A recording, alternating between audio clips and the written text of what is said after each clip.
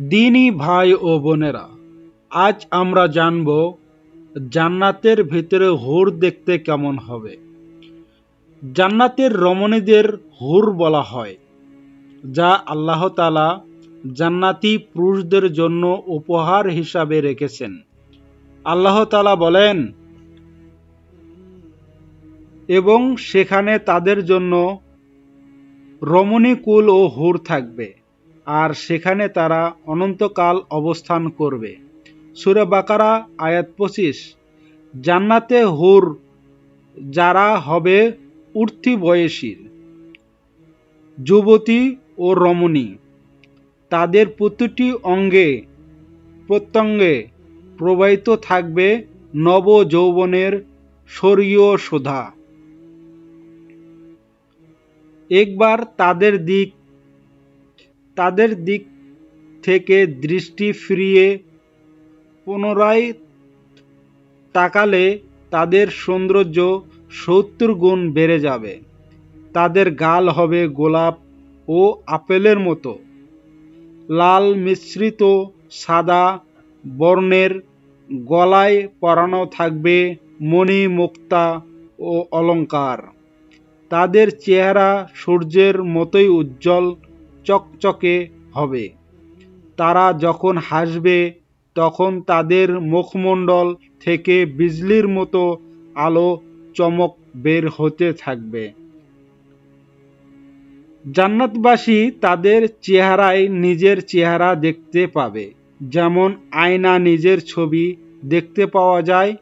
মাংস ও পোশাকের ভিতরে হাড়ের মগজসমূহ বাইরে থেকে দেখা যাবে। সুবহানাল্লাহ। জান্নাতি পুরুষেরা জান্নাতি হুরদের নিয়ে খুব সুখ শান্তিতে বসবাস করবে। তাদের যৌবন কোনোদিন শেষ হবে না।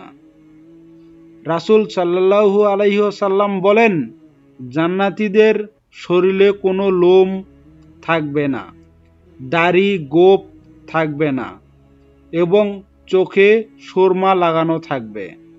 কখনো তাদের যৌবন শেষ হবে না, জামাও পুরানা হবে না। তিরমিজি শরীফ। জান্নাতের হুর হবে চিরকুমারী, সব বয়সীর প্রেম সোহাগিনী। জান্নাতের একজন হুর যদি দুনিয়ায় একবার দৃষ্টি দিত, তাহলে আকাশ ও জমিনের মধ্যবর্তী স্থান সুবাসে ভরে যেত।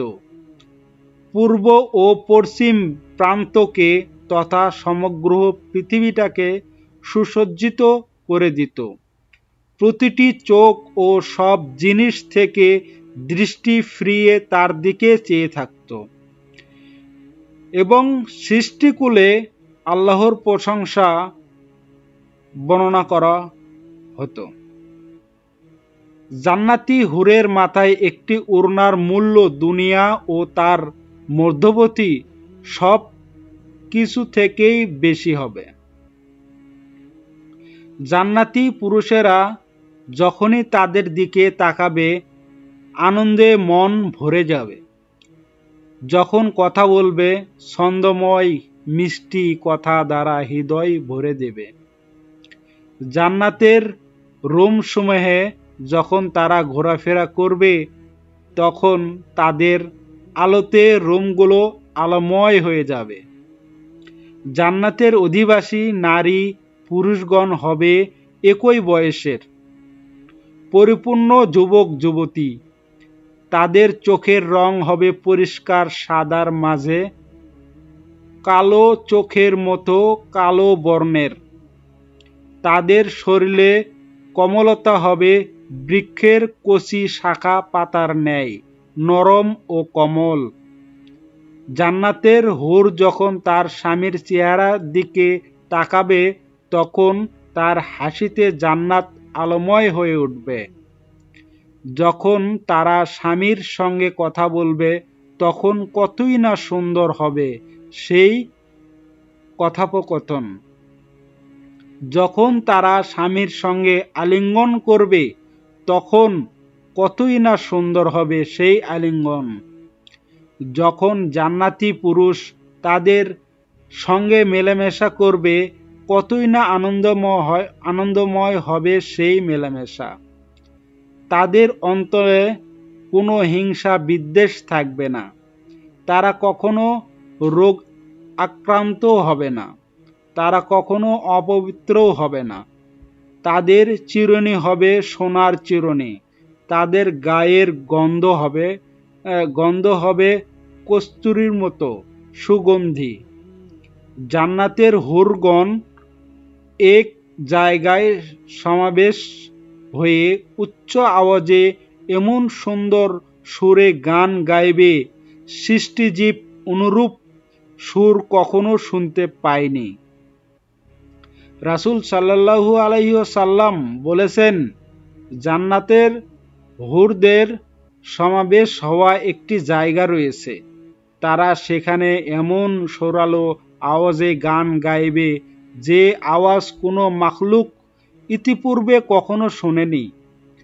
তাদের গানের কথাগুলি হবে, আমরা তো চিরঙ্গনী, আমাদের ধ্বংস নেই, আমরা তো আনন্দে উল্লাসের জন্যই, আমাদের দুঃখ কষ্ট নেই, আমরা চির সন্তুষ্ট, আমরা কখনো অসন্তুষ্ট হব না। তাদের কতই না সৌভাগ্য যাদের জন্য আমরা এবং আমাদের জন্য যারা।